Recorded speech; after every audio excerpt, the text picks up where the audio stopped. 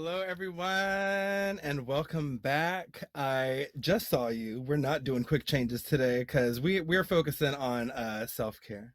Welcome back. I'm your moderator for the Creators with Disabilities panel. My name is Surreal, and I just as a quick little preface to this, we started Stream Queens Con. This is our fifth time doing Stream Queens Con, and they were born out of our desire to create visibility panels to highlight marginalized creators here on the platform. And one of the first panels that we made sure to add to the mix was our Creators with Disabilities panel. I have had the pleasure of being able to moderate this panel for the past, well, now 5 years. And it's one of my favorite parts of the con. I think that we always have some really great and impactful conversations about things that a lot of us in the community don't always hear about. So that's what we're going to be doing today. As just a really quick preface, I have worked as a behavior therapist with kids and adults on the autism spectrum. And I currently work in adult and senior care homes, but also developmentally disabled homes. And I only say that to let you all know that I've studied and I've been educated on some of these topics. And my goal here is to uplift and center these fabulous creators that are joining us today. So enough about me. Let's get to know them a little bit. So I'd love it if I could have you all introduce yourselves. Let us know what you do in a creative or creating sense, whether it's on the platform here or elsewhere.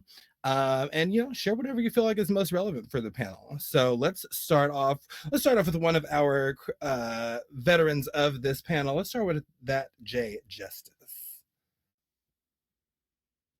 Oh, you would. I would. my co-host, essentially. Thank you for the honor. Hi, my name is Jay Justice. My pronouns are she, her, or he, him. I'm a game developer as well as a cosplayer, editor, consultant, play some TTRPGs on stream as well. And I love video games, love comic books. On my Twitch streams, I'm typically playing a video game and screaming about it. Or sometimes I like to do some game dev on stream, mess around in Unreal Engine and show people how things work on the other side. It's a little fun. My disability impacts me because I have mobility, hearing, and vision disabilities, as well as cognitive. And I like to provide accessibility wherever I can, including in game development, in literature, in like representation. Just it's influenced my entire life and my career. So it's something that I really strongly believe in. Thank you for being here, Jen. Thank you for the work that you do. I love seeing everything that you're involved with, from cosplay to advocacy to game developing. It's always top tier. And we're going to be talking about Mass Effect soon because I'm about to play that. Let's hop on over to another friend who's been on this panel before. Let's talk to Neurocosmos. Hi, Neuro. Hi, it's good to be back. I'm Neurocosmos. I use he, him, and they, them pronouns. I am a multiply disabled, trans masc and a romantic drag king. I'm also anti-Zionist Jewish drag king and for Free Palestine. And I've been doing drag in the Washington D.C. area for about 2.5 years.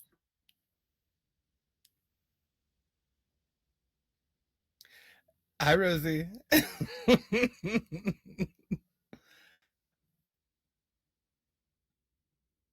I think you muted, Neuro.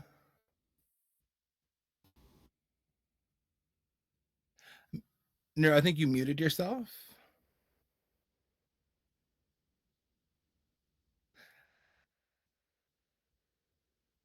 Okay. Well, okay. Neuro, I think you're muted, my friend. Sorry. There we go. You're good. You're good. So I'm the producer and host of Disabled Delight, which is an all-disabled drag show in DC that's been running for about a year, kind of quarterly, and it was first given to me as an opportunity by Desiree Dick, who may be a familiar name to like some of the audience. Yes. So she is awesome. So she was the one who opened up her space for that opportunity and helped me get my producing and hosting steps on the ground. And like since then I've performed mainly in DC, a bit in Baltimore, and also took a trip into Raleigh, North Carolina. Carolina. So I'm just Disabled Delight is just one of many all disabled drag shows and cabarets out there. That's awesome. Thank you so much for being here, Neuro, and thank you, Rosie, for gracing us as well. Everyone in the chat is loving Rosie as well. Oh, I'll check. I am a pet sitter as my main source of income, so she is a pet sit. She does, to clarify, she is not actually mine, but like this is how I love it, and it makes it more possible for me to do drag is something I love as well. That's beautiful. I love it. And Rosie loves you, so regardless, you're doing it right. Lovely. Let's say hi to our friend Magic Love. Hi, Magic. Hi. I'm so excited to be here with all these alumni. Yes, thank you for joining us. But hi, I'm Evil CM. It's Magic Love backwards, but you can call me Bailey. My pronouns are she, her, and I am just a silly, loud variety streamer here on Twitch. I love RPGs. I love baking on stream. We just finished up our GBBO bake along streams this month. And I am a chronically ill and neurodivergent little tiny woman with a strong pair of lungs.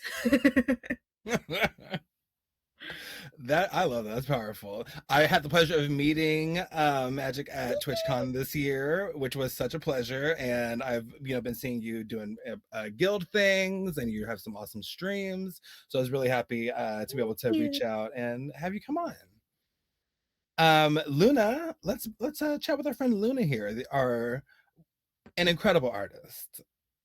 Okay. Hi everyone, I'm Luna Alexandra Cascade. You can just call me Luna. I'm 29 years old. I use she, her pronouns. I'm a trans disabled woman who is also pansexual, demisexual, and a visual artist at current times. But in the past, for around 20 plus years, I was a dance sport athlete in Latin ballroom. And my disability affects my mental health, energy levels, and some physical conditions from my relatives. I inherited plus additional physical trauma from injuries during the athletic career and how it's incorporate my art, how it affects my communication with people. This is what I'm oriented for, and I do a lot of one-on-one conversations with people about COVID consciousness. This is my how for autistic people it's like either trains or collecting something. This for me, autistic focus is COVID consciousness, and this is something I can talk for a very long time. And additionally, my talk is about boundaries because I need to put it on pause sometimes to just respect my health, yet again, conditions, energy levels, and this is what I'm currently focused on. Wonderful. Thank you so much for joining us today, Luna. And Luna is always a wealth of information. So very happy to have you here, Luna. And of course, last but not least, another one of our returning panelists. Hi, Chi Chi. Hello, I'm so happy to be back and be here on the panel once again talking about disability. If you don't know me, my name is Chi Chi. My pronouns are they, he. I'm a cozy gamer, coworker, and pixel artist, along with doing a lot of social justice advocacy here on Twitch. I also run the Disabled Content Creators Collective, which is a stream team dedicated to disabled creators. We have like a whole space, a whole Discord space where we talk about accessibility, we talk about gaming as disabled folks, and we talk to viewers who want to find disabled folks to kind of watch here on Twitch. So my disabilities impact me in so many different ways, from physical disabilities to cognitive disabilities that interfere with how I interact with people in online spaces. But I'm really glad to be here, really glad to be a part of this space. And I'm so honored to be amongst these wonderful panelists ready to talk about our disabilities and how we kind of interact with the world around us. I'm so grateful that y'all are all joining us today. I always get chills anytime I do this panel, just because of how we get real, we have real conversations, and I want to hone in a little bit on community. I know that some of us. I know Neuro performs and has. You guys have that event that you all host. Can you remind me of the name of that event, Neuro? Yeah, Disabled Delight. Disabled Delight. So we have drag events that center folks with disabilities. We're also, some of us are also streamers and creators that have our own communities.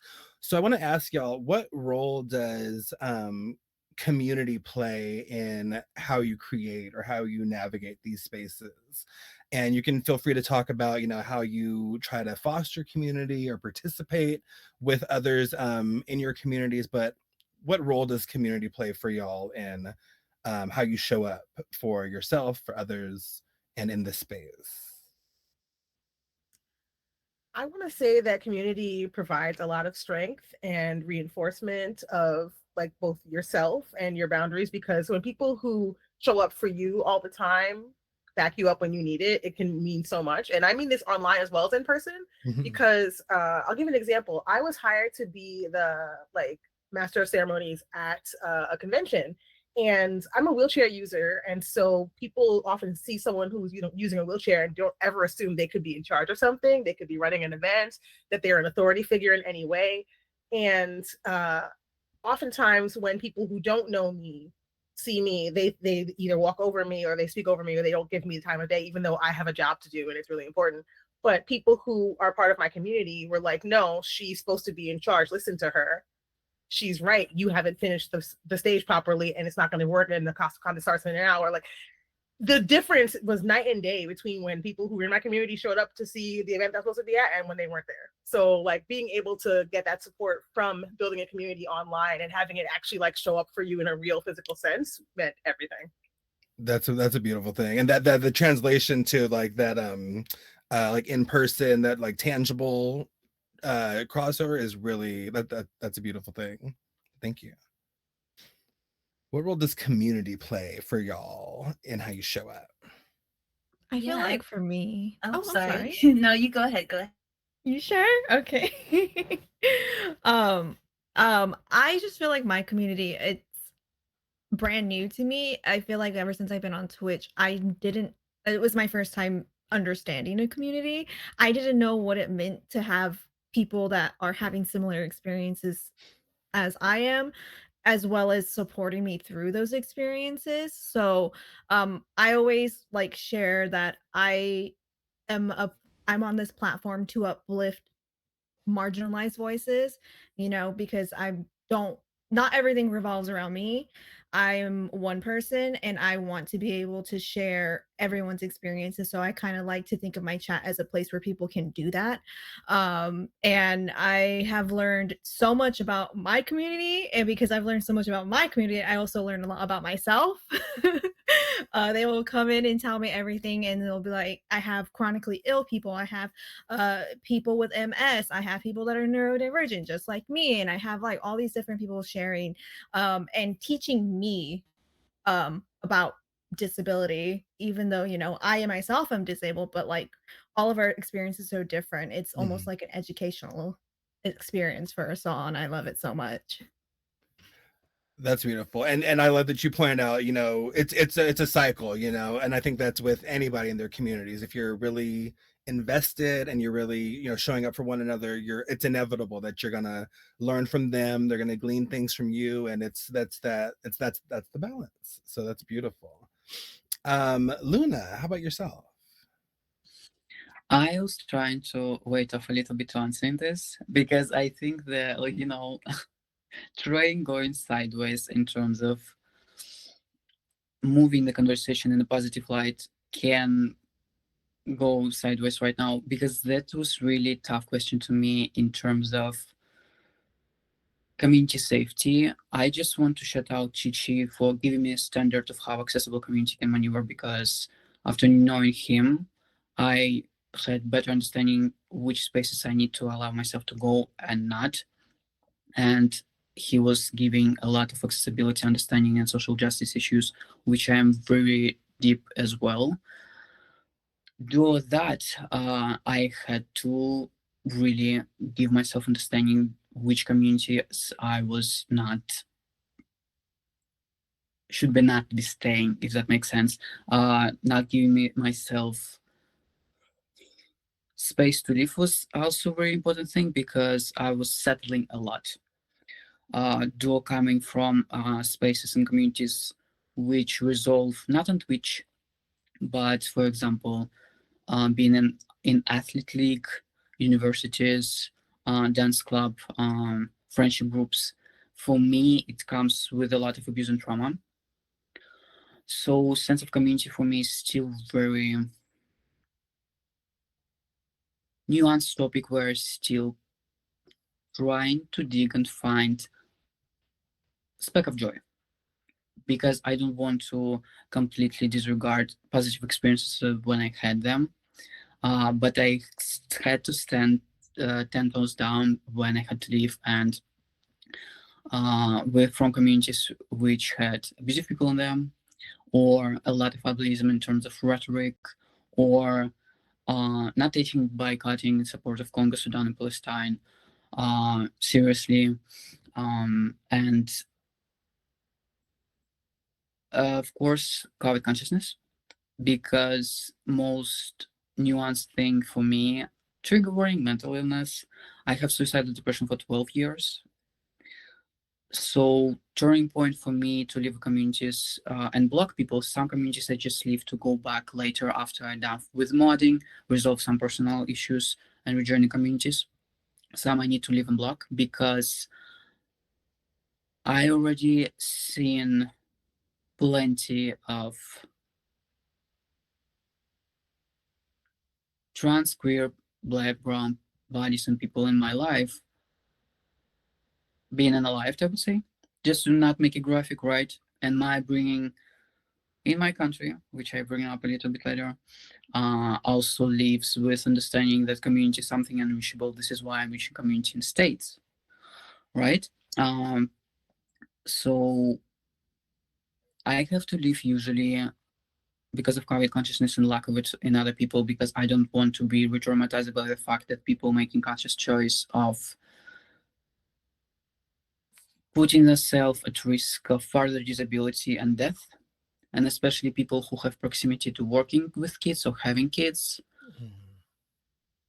I grew up being the child without visual disabilities and regarded about my health until my, I would say still, but also facing a lot of ableism because I'm wearing what accessible to me duckbill mask all the time outside, and from it goes from harassment to doctors denying me appointments because they assume I'm a gay man with HIV because I have shaped head due sensory issues of my autism, and I'm COVID conscious and I'm wearing a respirator with high filtration, which is not subtle and very visible. I also don't have brows because I shave them because yet again sensory issues.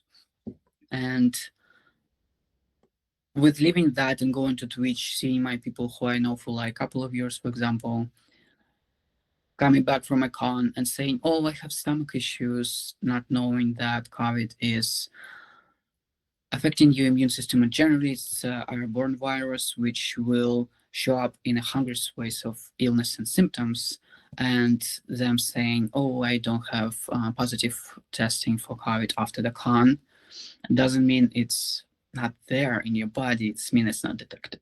Plus, we have a lot of information about the fact that not all tests are reliable, that COVID is airborne virus, that we have people in Palestine and Palestinian Americans posting about the fact my relatives died from COVID. They survived all the bombings happening by hand of Israel to this day. They died from COVID. We have new strings of cancer because of people experiencing COVID. Uh, we have a lot of young adults having dementia, having illnesses people get and disabilities they gain at older age. We have a lot of people saying, "Let's show up for community, community. What do we have left, baby?" You being pro-black, pro-body positivity, in support of Palestine, Congo, Sudan, in support of trans bodies, um, and support marginalized people, this all goes out the window if you raw dogging air on a concert of a Zionist, a sex offender, and then going with your girls and girls like is gender neutral in a bar next day and coming back to your community saying I care for you, that's a lot of experience. Like,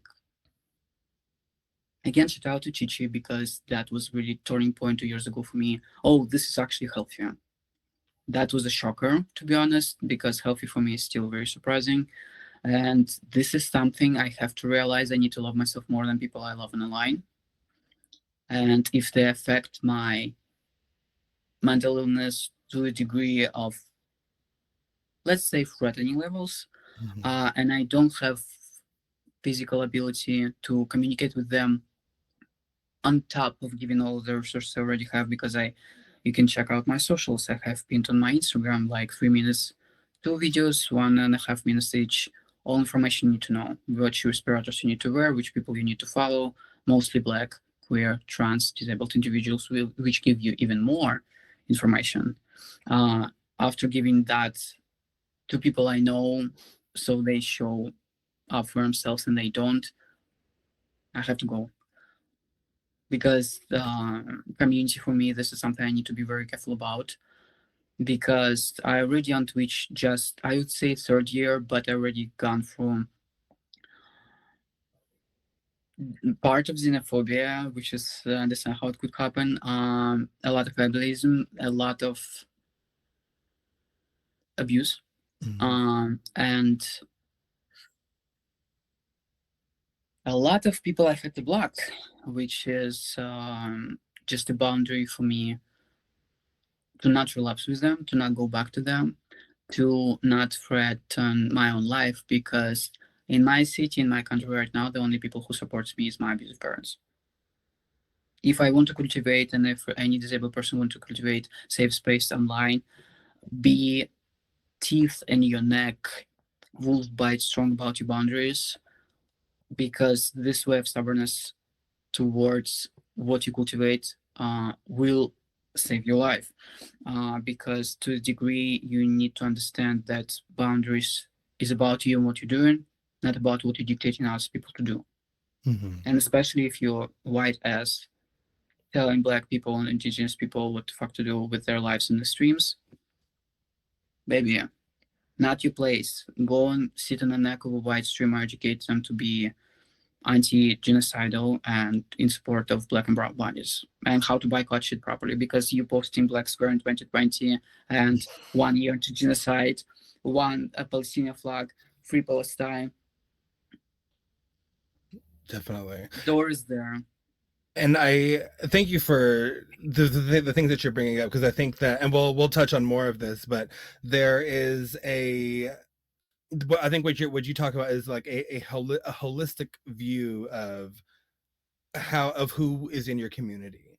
And I think a lot of how people move when things might not directly affect them or directly affect someone that they live with, that they love, they, the blinders go up, and we're posting like we should about certain issues, but we're also fully disregarding health and safety in other areas, and those things are all big factors when it comes to having community that you can trust, and that you can trust have your back in the range of ways that is needed. So thank you for that. I know that Chi-Chi was going to say something at the same time that Magic was. So Chi-Chi, what are your thoughts on this? Yeah, I just want to say, like, the first thing I think that is most important to most disabled people, especially disabled people who rely on like content creation for their primary source of income, is community. And without community, disabled people cease to exist. And that is just like the bottom line. We have to rely on each other, and we have to rely on people who are allies to the disabled community to be able to stand for our existence in this world. And then personally, to me, community is what holds me accountable. I'm a person who struggles with a lot of mental illness that makes it very hard for me to interact with others. and I shut myself off from people for a very long time. I was mute for like a couple of years. You know, I really detached myself from others, and to now be integrated back into society in a way that's comfortable for me, and be talking to people every single day, like thousands of people every single day talking to me about whatever I have going on while I'm playing my silly little block game here on Twitch. You know, I rely on them to hold me accountable for my own actions in a way that I don't think I could trust other people to hold me accountable. And we maintain accountability for each other, which is why that's one of the values I hold in my community. So building that connection, bringing our warmth to each other, and that warmth is so important because the world is so very cold, especially to disabled people. And so we get to be warm to each other, and we get to be kind to each other. And that is like the most beautiful thing about being disabled and having community. I love that. I love that so much. As you talk about warmth, I feel like just as a like I've trained myself to be a little like cold and cut. So I like that you said that because it reminds me to you know to be warm and to be open to people and let people that support me and vice versa know that I love them and I appreciate them. So thank you for. I think that's a reminder everyone needs. So thank you for that. Nura, how does community play a role for you? Yeah, I think it's definitely very.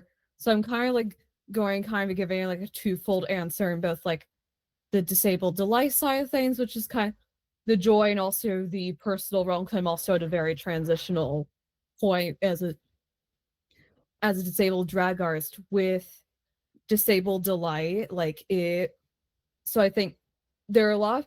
So Desiree Dick offered me that opportunity just like 2 months into me as a drag artist. That is not typical the in drag, neither, because drag is a community, but it's also a industry. It is also a business. And so a lot of people like outside drag community were like, oh, like I if it weren't for like the openness of the local drag community, maybe you wouldn't have gotten to produce this show until like two until like 2024, 2025 instead of 2023. And it's not necessarily the community. It was Desiree Dick. She, unlike a lot of others in the we specifically focused a lot of her energy pre going on to the Boulay Brothers Dragula on promoting and actively creating opportunities for newer drag artists in the community, putting her trust in them, giving a space to grow. That is how I got that the community absolutely supported, but Desiree Dick is the one who made that happen for me. So it's been incredibly rewarding since in term from to my knowledge, it is the first openly all disabled drag show that's been in the Washington DC area. And so it's really cultivating an audience of disabled people who typically aren't going out to drag shows for a variety of access reasons. It's less that it's cultivate it's less the local drag community that's showing up. It's local disabled queer people showing up, knowing this exists, putting and and throwing their money at us to make very good money. Is queer disabled people, often outside the drag community, showing up and forming that community of supporting the show. and and that's how I've gotten to introduce so it's always like introducing like some of my friends who are also like disabled drag artists into the space, like for the very first time, like immediately kind of got this warm welcome of disabled queer people who are like so happy that me and these other artists are here, and that this is a show specifically by us and for us. And it's also connected me to wider disabled artists as well. There's a international collective called Disability Drag Collective, started by Boy Vey in Canada. If you're more than welcome, they're the Disability Drag Collective on Instagram. And it's also connected me to people who have been producing disabled drag artists who have been in burlesque performers who have been producing disabled shows while before and after me, especially giving a special shout out to one of my friends, Leona Love and Cyclops, who produced the all disabled show Disabled Cable in Los Angeles. And so it's been amazing to see their fantastic growth and getting the press they need. So like I think that's like the really positive kind of community side, cultivating disabled community by creating a space where disabled drag artists have a space to like identify like what the language that they want, can step in, get to perform what they want. Like that kind of beginning starting place that was needed to enter into. In the future, I wish to expand that into like more of a collective disabled artists like coming together. In terms of the personal transitional point, I definitely share a lot of Luna's views of community. And while I am considered respected for my roles in creating disabled space, I'm also infantilized a lot in in the drag space.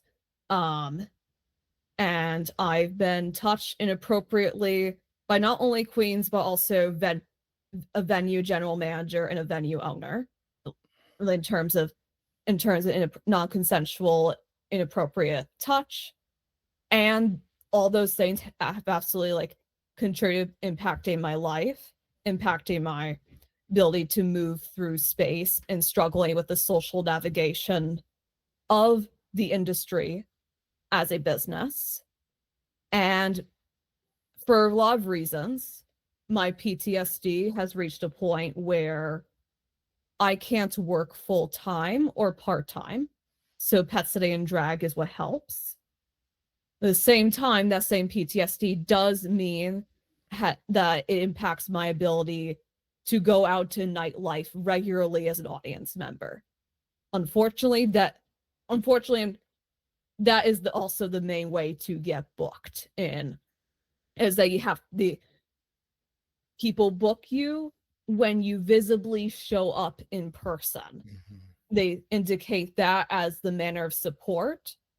And so because I've shown up in person less, because I have to take care of my PTSD and manage and focus more on going out to shows and performing in them, or shows that like I personally want to go to, that means I do get way less bookings, since having to step back and take care of myself and the PTSD. And a lot of people just really responded like, oh, just go out more, you need to go out more to get booked, because that's how it works. And unfortunately, the way this drag, so it's hard in the sense of like, because it's a community in a business, I am in a transitional place where I'm like, is a community a space that views you not being able to show up as indication to book you less? That's the kind of question kind of going down, because I really like creating for myself, and and what's healthiest for me is more focusing on quality of bookings rather than quantity, and focusing on doing things I'm interested in, working with people I want to work with. That works great for my disabilities. It does not fit into what the industry of drag wants wants for me, and it has been a struggle getting more drag community to understand that. And so it's definitely been hard in that transitional place, like kind of thinking about like this is a community, but it's a business. At what point does the business starting to overtake the community part? And that's the thing that I'm having to sit down and think about.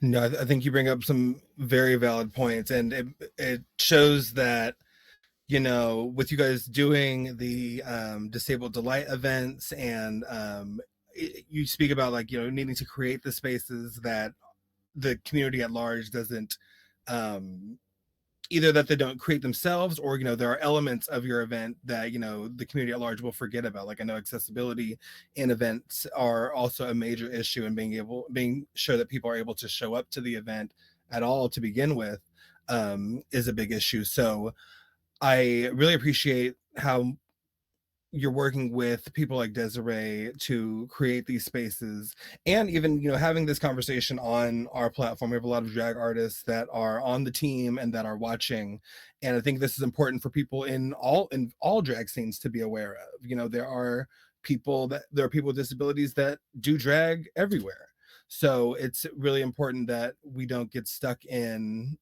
like you said, industry norms, or that we analyze and try to do what we can to shift industry standards. So, like, the more that we can do that, the more that we can have these conversations in these spaces is major. So thank you for that.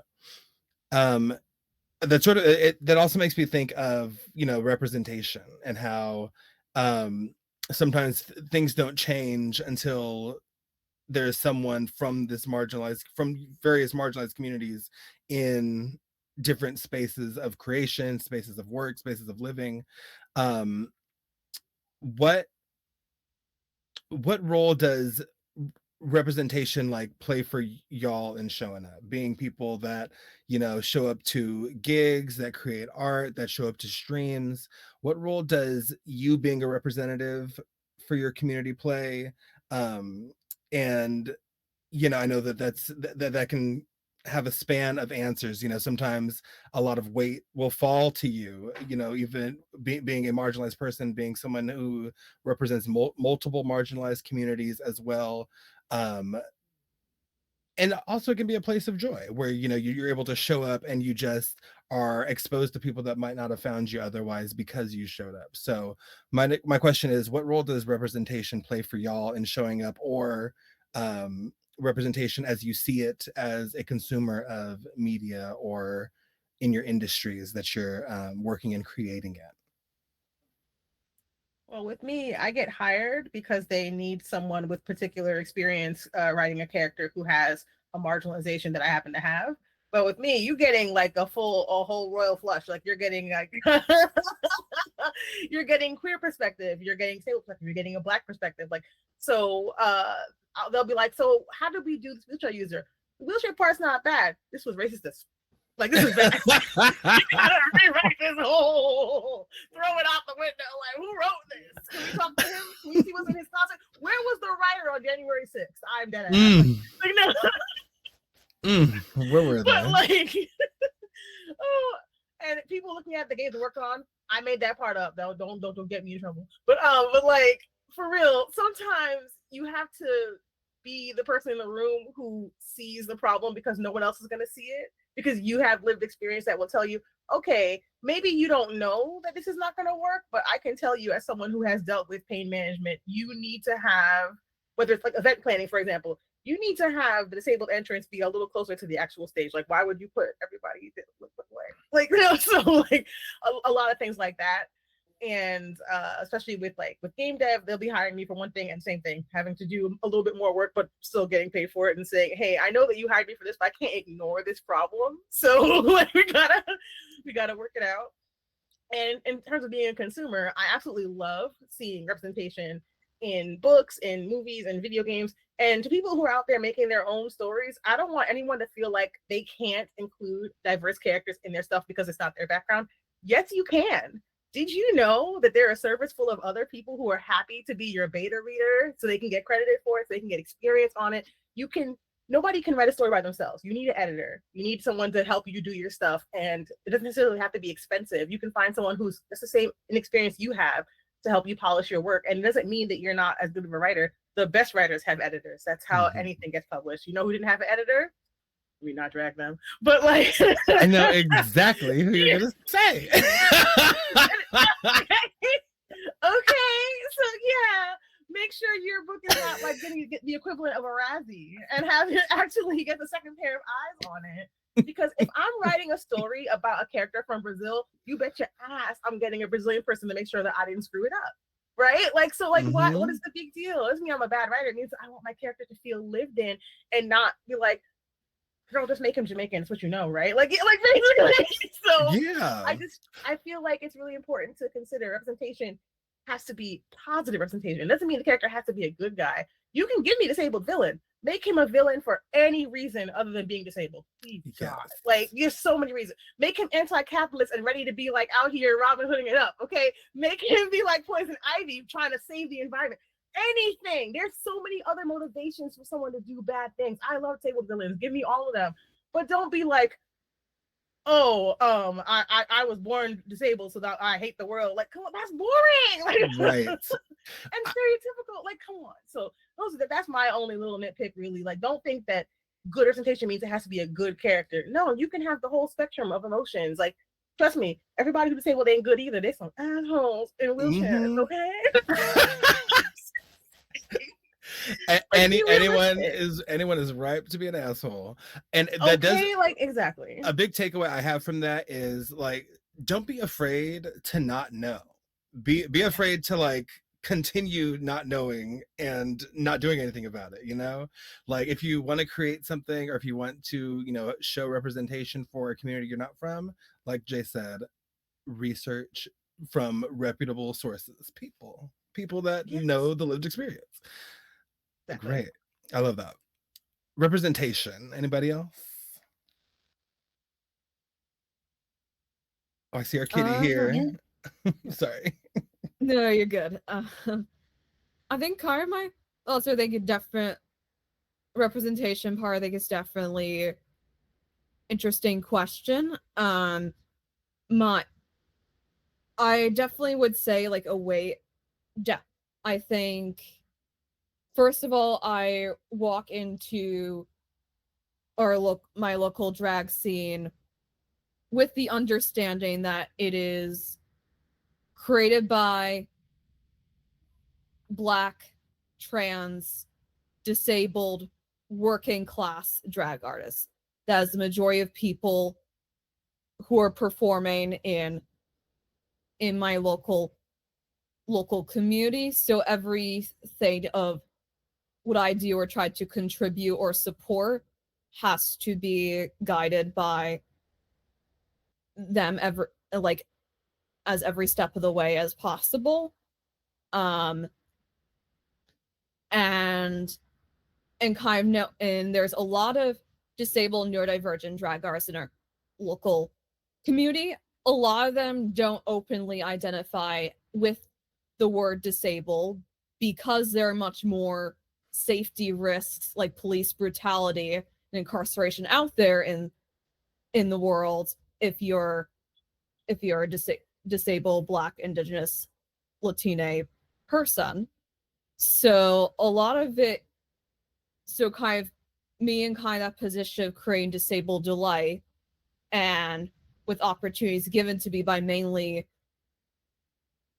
Black trans people, my job is to I realize that my ability to produce like Disabled Delight is a privilege in a lot of ways. I can be upfront as I identify as disabled person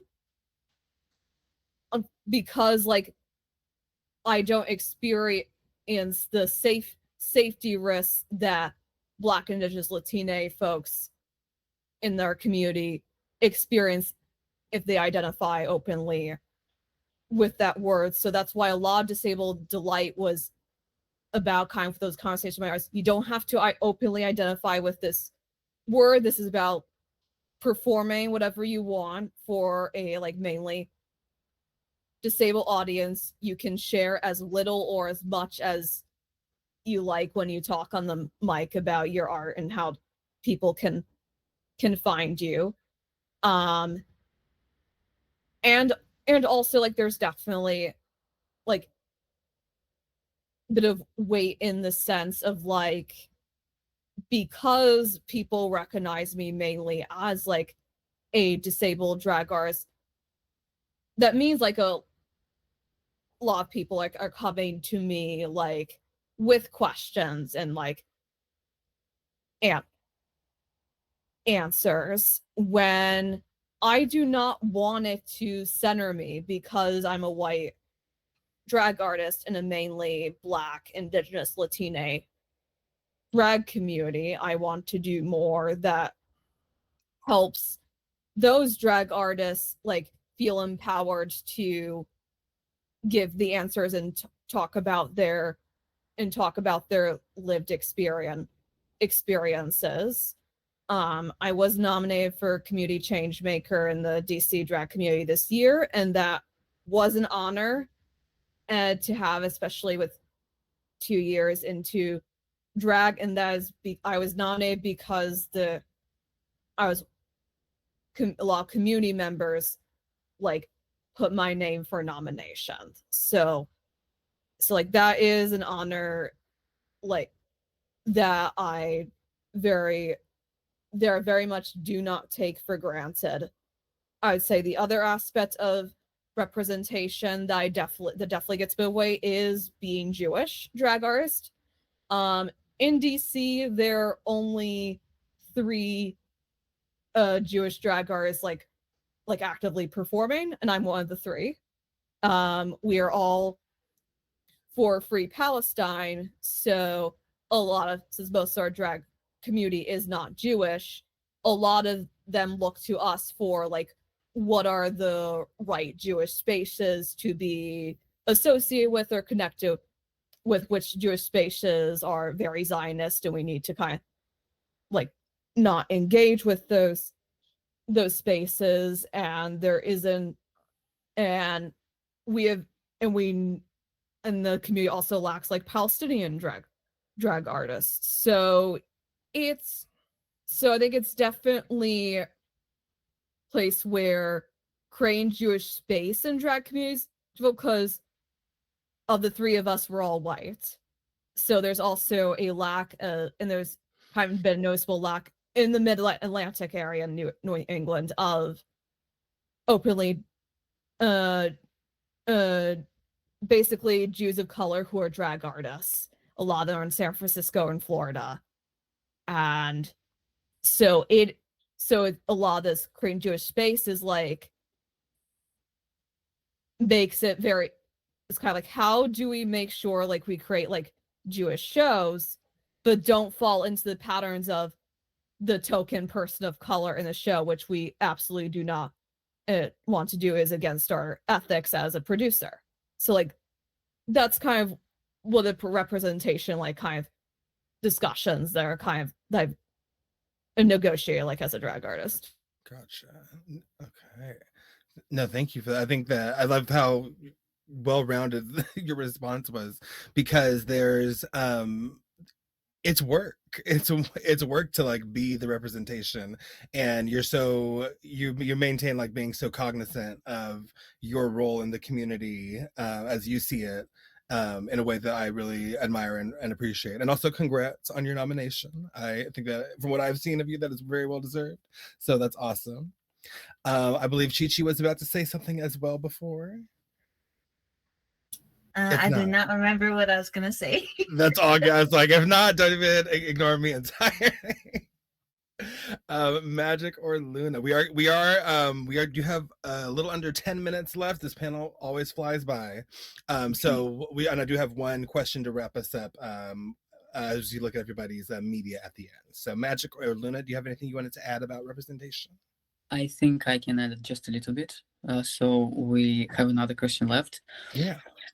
Uh, representations for me less about marginalized faces in high places and more about mutual aid and community work. Mm. Because the grasp that people in higher class and in celebrity status or influencers have, there are a lot of blindfolds, I would say. And then goes the disconnect when the marginalized body takes a place in a political role, then the all um, bigotry comes out. If we all see representations or someone we rely on mental levels or just for inspiration in a high place in show business of music, art, or film, this is still a person who mostly perceive us as a consumer. What we need to spend our time on is just sharing resources with each other. And I'm not talking to white queers to white queers. I'm talking white queers stepping it up and helping with mutual aid work, because there's a lot of question, especially after election. For example, white women crying, "What do we do? Black women help us." And them making blue bracelets to identify with the safety to others, marginalized women. I was like, baby, there's a magical thing called respirator, for example.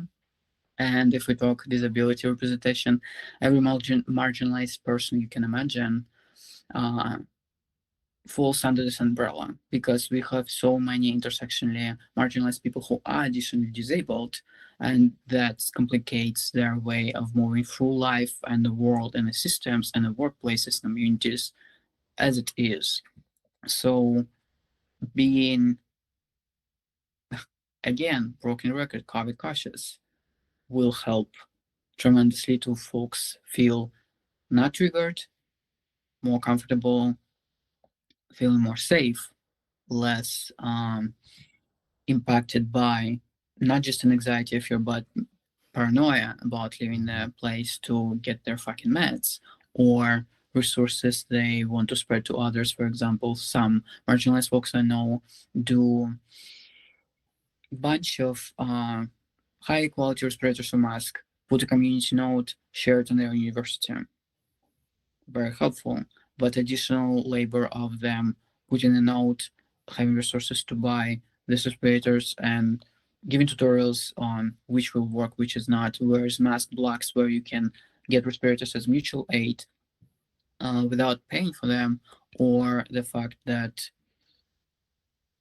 a lot of disabled people already have limited resources to produce the work. Mm-hmm. We need able-bodied people to step it up, because representation for them goes as more about educational work, because I come across so many people who learn from me that it just happens. I don't know why I always lean in this direction. This is nothing something I go for or aspire, but the conversation still goes to the wave, not a train wreck, but me giving additional, not just tips in terms of communication, friendship, connection, moderation.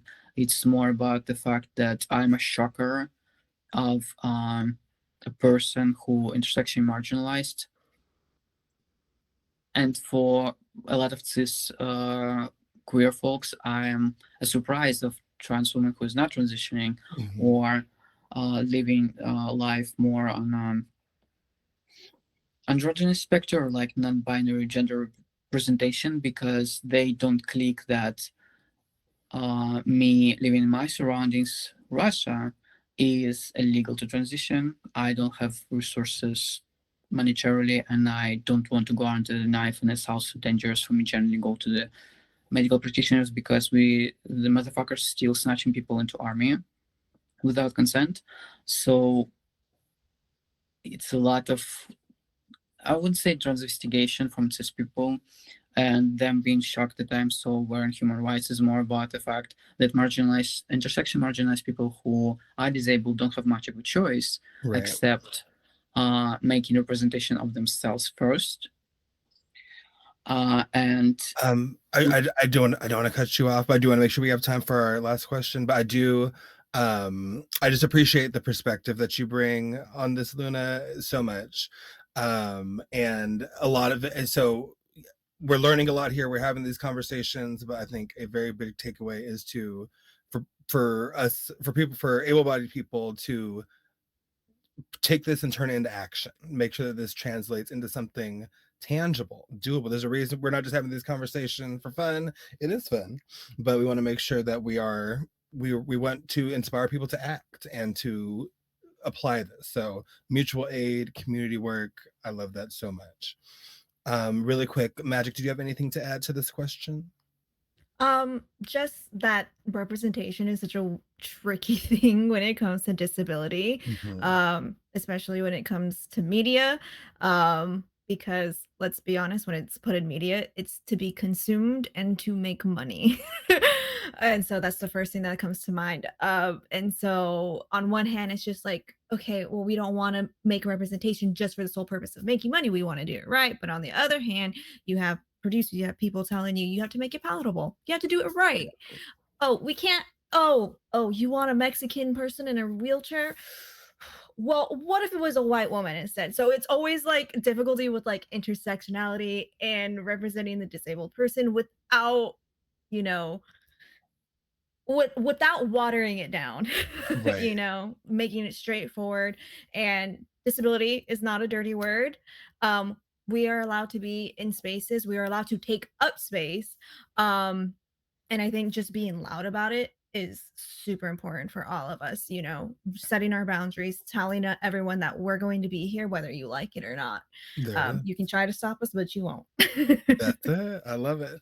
And it, you know, with taking up space, I did also want to make sure that we aren't just focusing on, you know, y'all just simply like educating people during this, because that is labor, that is emotional labor, that is educational labor.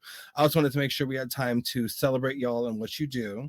So we do have a few 60-second videos. We got some channel trailers, we've got a performance, and then we also have Luna's provided us with some artwork that we're going to have on screen. So we're going to take 60 seconds for each of our panelists as we wrap up to check out a little bit of what they do. They'll let you know where to find them. And I'm also going to give you 60 seconds as well, Chi-Chi, with whatever you want to do. So let's start off. I don't think we decided an order, Zola. So let's start off with Magic. We just got to speak with Magic. So let's start off with Magic's channel trailer. They're intimidated by me because I'm so cool and sexy. Eat Oh no. I'm illiterate. That's 20, come on!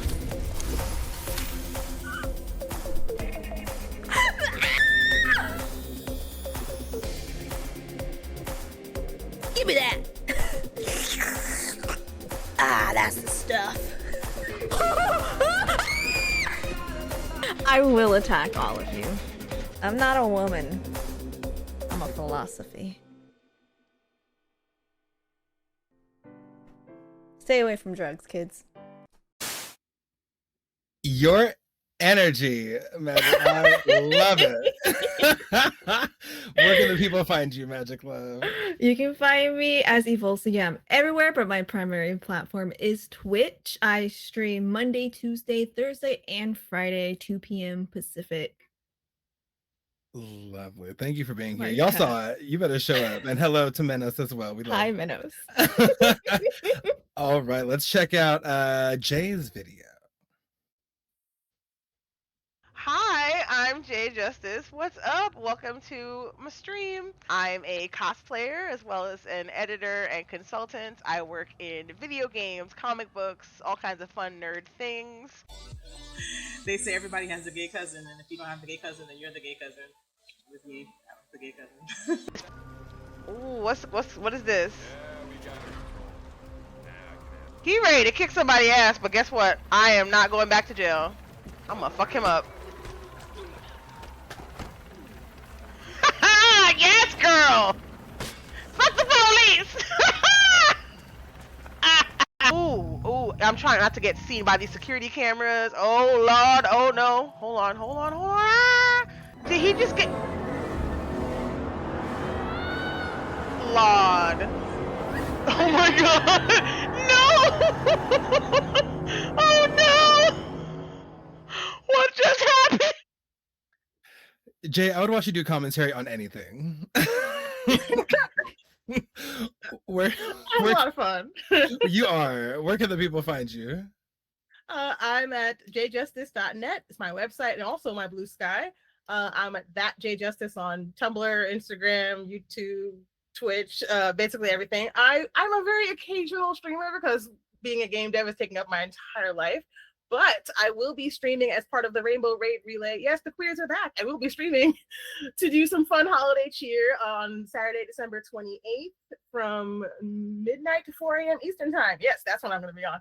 And I'm doing some really fun, cozy indie games. I actually want to highlight some Southeast Asian indie developers. So I'll be doing some games from them that week. Looking forward to it. Make sure you go and follow our creators, y'all. Let's check out Luna's artwork next. And Luna, we'll give you about 60 seconds to let us know about what you got on here. Okay, I'm here. The work basically just a representation of a fact. Disabled people can do it and do it well. And it's a variety of medium I can produce my art with, because big square meter one is markers and highlighters and black paint. The smaller one with red roses is acrylic paint. And the small one, portrait, it's Crispy Spidey, moderator for Chichi, and I mod for him, digital portrait. So variety of mediums, new work coming soon. Very high quality digital art, because I'm exploring it on my phone. The portrait of Crispy is made on the phone, which still looks good, even that. And there's something tasty coming in for sure. And I'm giving back to my roots of comics art, because people know me as a portrait artist, but at the first I was comics artist. So the one I'm posting soon is would be almost like a manga or comics cover and a self-portrait. And Surreal, do I share my handle? Yeah, let the people know where they can find you. You can come back to the main screen, Dola. I'm Blue Lotus Digit 4 U in one letter on Instagram, Blue Sky, Kara, and Tumblr. Instagram on a break, but I will post there, and I'm mostly on Blue Sky because that's just more peaceful for me to a degree, because Instagram is hell. I deleted Twitter 2 years ago. I had to run from that ship early, and yeah, thank you for support. Love the artwork. Thank you for being here, Luna. Y'all check out Luna's artwork. Always a feast for the senses. And we have a performance video from Neurocosmos, so let's check that out. No worry, whistle, I'll be there.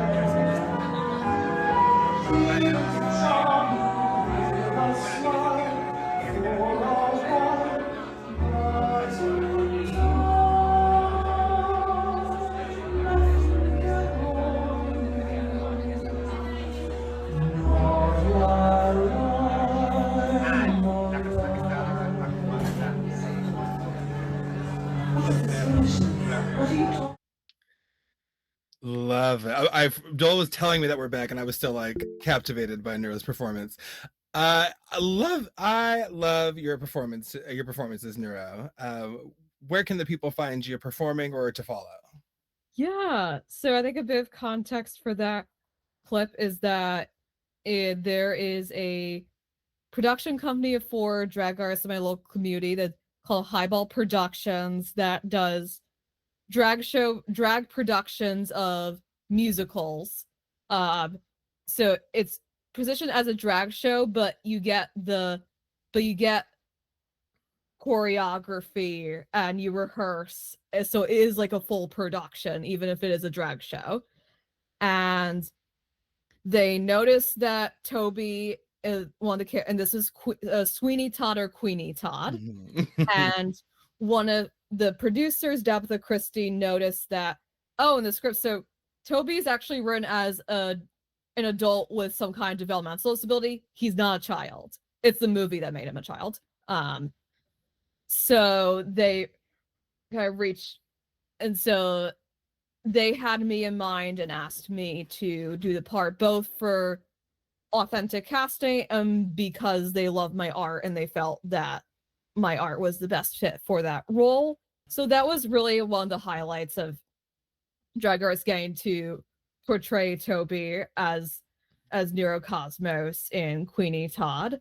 So where you can find me and learn about performances I have coming up and just see my art overall, I have an Instagram that is at neuroqueercosmos. So neuro as in neurodivergent, queer as in gloriously queer, cosmos as in the universe. My blue sky is neurocosmos, and for folks who are like, we learned a lot and we want to send a tip for the emotional educational labor, my Venmo and Cash App are also neurocosmos. Say that. Thank you so much, Neuro, for being here and doing what you do. I appreciate you so much. And then lastly, we have our friend Chi-Chi. Now, Chi-Chi has been on a whirlwind of growth here on the platform and beyond.